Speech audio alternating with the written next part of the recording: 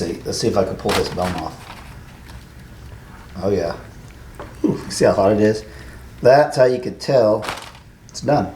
You can see it's definitely too hot to use my hands to pull it, but you can just see how tender it is. That's why it's so important to get the temperature to 205.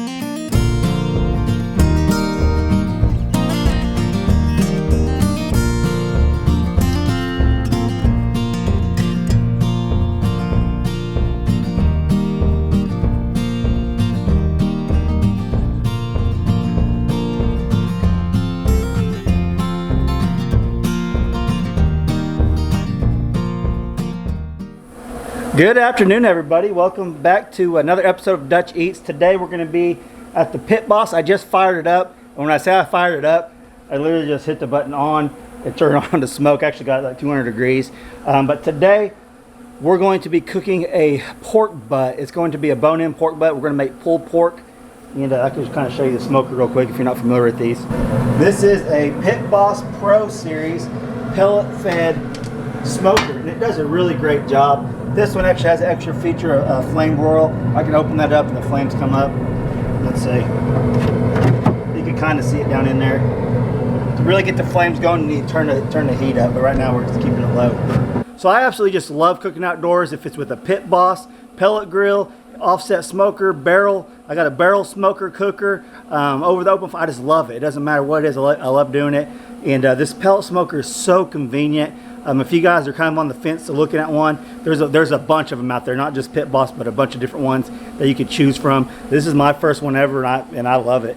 Just so convenient. And that flame broiler is awesome for cooking hamburgers and hot dogs and grilled chicken, stuff like that. So it's pretty cool. But anyways, I'm going to take you guys in the house, and we're going to prep an 8-pound pork butt, and I'm going to make some award-winning pulled pork. And I'm telling you, I've probably done about 300 of these pork butts over the years, and it's my favorite thing probably to smoke and cook because it's so easy to do and it's kind of hard to mess up. And I'll show you the techniques I use. Very simple. You know, things that you can cook for a lot of people that are cheap is pork. So if you're looking to feed, 10, 12 people, go get you an 8-pound pork butt. That'll be plenty for pulled pork sliders, sandwiches, and stuff like that. I think that's what we're gonna do, is do some sliders or something tonight. But we'll go in there and prep it, and I'll show you guys putting it on here and all that, and show you the steps. And hope you guys enjoyed today's video. If you do, smash that like button for me if you would. If you're not subscribed to Dutch Eat yet, please subscribe. So hope you guys enjoy it.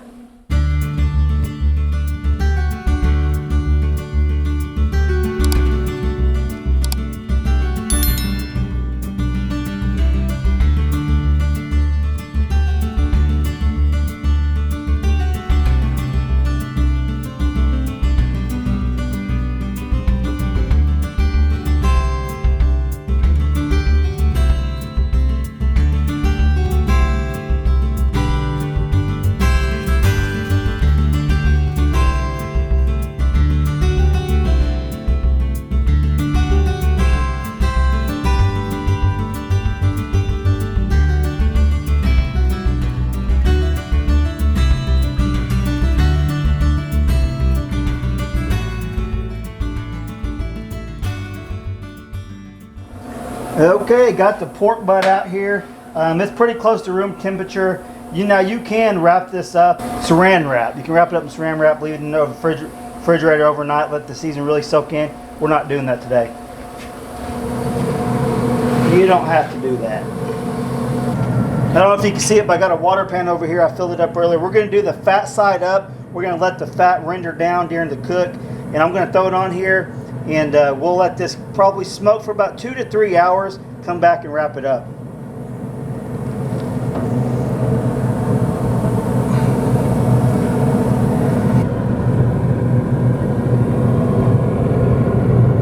This is going to turn out awesome, I'm telling you.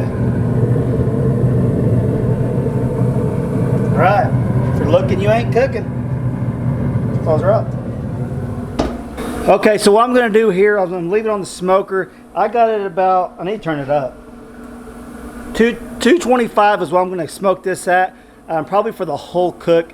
If it gets timed where, you know, last couple hours, I don't think it's going to be ready in time for dinner or whatnot, I'll turn it up to 250. I like cooking between 225 and 250 on the offset, on the pellet, on anything that I'm cooking when I'm barbecuing. So like I said, pulled pork is one of the easiest things you can do. It's one of the cheaper meats. That way, if you're new to barbecuing and smoking meat, start with pork because it's cheap and inexpensive. If you mess up, it's not that big money out of pocket like a brisket or stuff like that. So yeah, so what we'll do, we'll come back every 30 to 45 minutes and I'll throw a special sauce on there. I'll give you the secret here in a little bit. It's apple juice. I like to squirt mine down with apple juice. If I can find my spritzer, I'll spritz it. If not, I got a little brush I'll just coat it down with. Just helps keep it moist and all that. Well, we'll come back after about 2 to 3 hours and we'll wrap it in foil. So I'll show you guys the process of doing that. And don't be scared to get out there and try something new like a pellet smoker or any other cooker like that. You can do this if I can do it. It's fun and easy. It might become a new hobby of yours that you really absolutely love like I do. So all right, we'll see you back here in a little bit. Okay, we're about, let's see here, 2.5 hours in.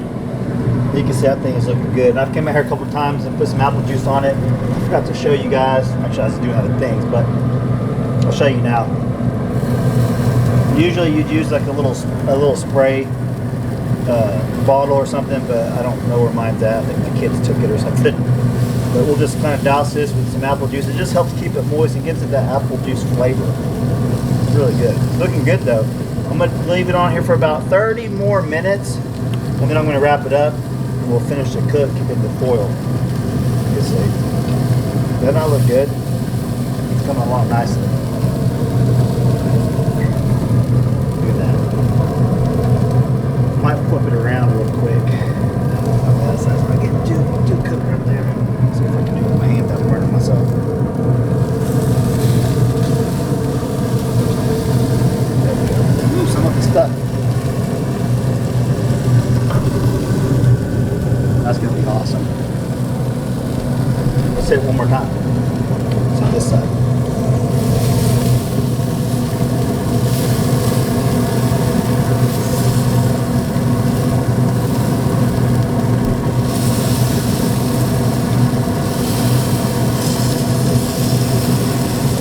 All right, close it up. I'll bring you guys back whenever I wrap it up.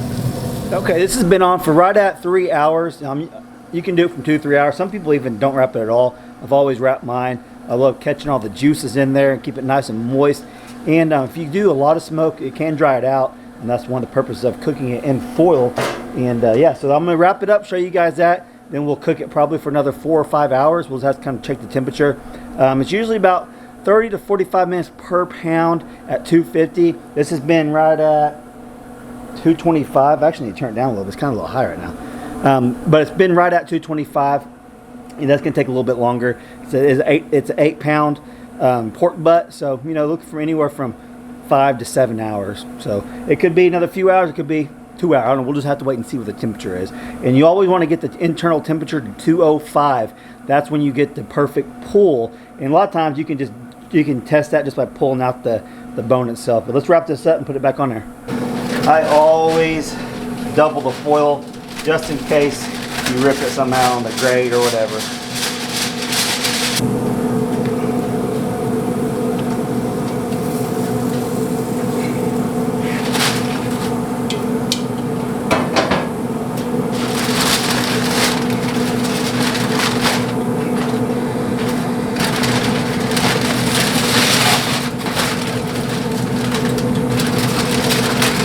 So I'm going to pour the rest of this apple juice in here too. I don't know if you can really see that.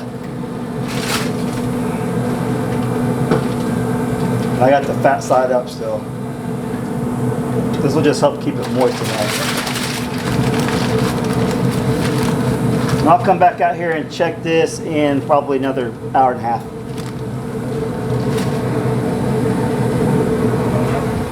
Okay, I'm going to stick this. These have probes on them that I can stick in the meat and check the internal temperature and read it from out here. I'm going to go ahead and stick this in there. That way I can just come out here and see what the meat temperature is, and I'll show you guys sticking it in there and showing you what it shows up on here.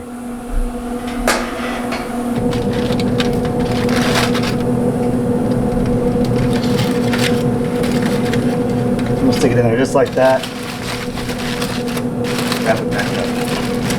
So it shows probe 1, and that's the temperature it's reading right now. Okay. So we're hovering right around 174. Yep, perfect. There we go. And it's showing I got the temperature on 200. And I just opened this up. It was at 225. It dropped because I opened it up. Always remember, if you're looking, you ain't cooking. Be back in a minute. We'll probably come back whenever it's done. I'll show you guys pulling it apart and all that. I hope you guys are enjoying the video. All right, we're sitting right at 206 from my probe over here. But I brought out another one. I'm gonna try it and test different spots on the meat. Put that probe in there. I'll check several spots. 205, 207. Yeah, we're sitting pretty good. Ah. See the bone separation right there? If it wasn't so hot, I could reach in there and just twist it and pull it, and that's how you know it's done also. So I'm gonna wrap this up. So I'm gonna wrap this back up in foil. I'll probably put a towel around it, set it up on the counter for probably a good 45 minutes to an hour right before we're getting ready to eat. I'll tear into it, pull it apart, but you need to let your meat rest for at least 30 minutes, if not longer. I've let briskets rest for 2 hours. It's awesome. So you gotta let the meat rest. It's very important. Don't just pull off, start pulling it apart, because it's still it's still drawing out the moisture and all that. So you gotta let it cool down naturally like this. So, all right, we'll see you guys back here in a little bit in the house when we're pulling it apart.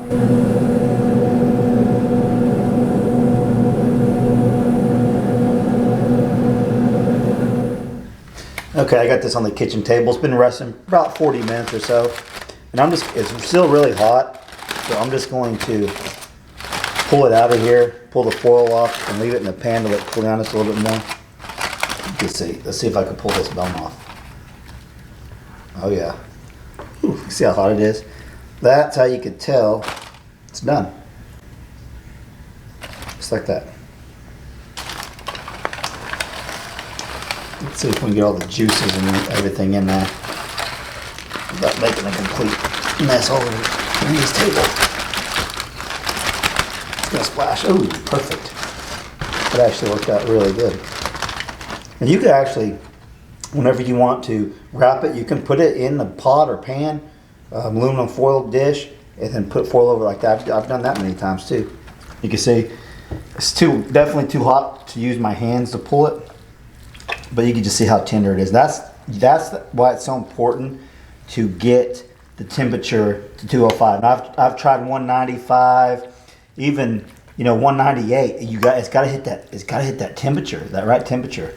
This is some of the best meat right here. That was right by the bone. But I can just pull this apart with my fork. How tender that is. It's just so tender. I'm telling you, it's hard to mess up a pulled pork. The only way you really can is if you overcook it or undercook it. Just get it to that 205, 200, 205, right in there. 203 is a pretty good number. And you're going to be sitting pretty. People are going to think you're a pro. Like I said, I've done 200 or 300 of these over my life just because they're so easy and cheap to do. Look at that. How awesome is that? All right, we'll be back in a minute. I'm going to let it cool down a little bit, and then we'll do a little taste test for you.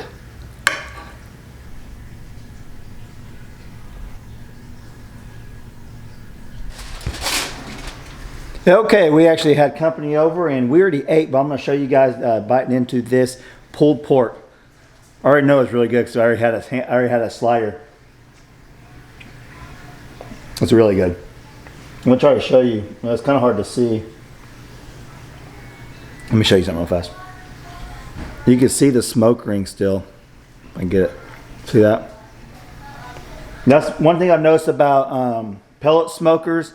Compared to traditional offset smokers, you don't get as heavy of a flavor of smoke on the meat as you would an offset smoker. I think they just put off way more smoke, obviously, than the barrel house, not barrel house, but the Pit Boss. And I love things so convenient to use. So if you guys got any questions about any of this stuff, leave me some comments down below. Thank you so much for stopping by today's video. I really do appreciate it. I love all the support you guys give us, and thank you very much. And hope you guys have an awesome day. Catch you on the next video.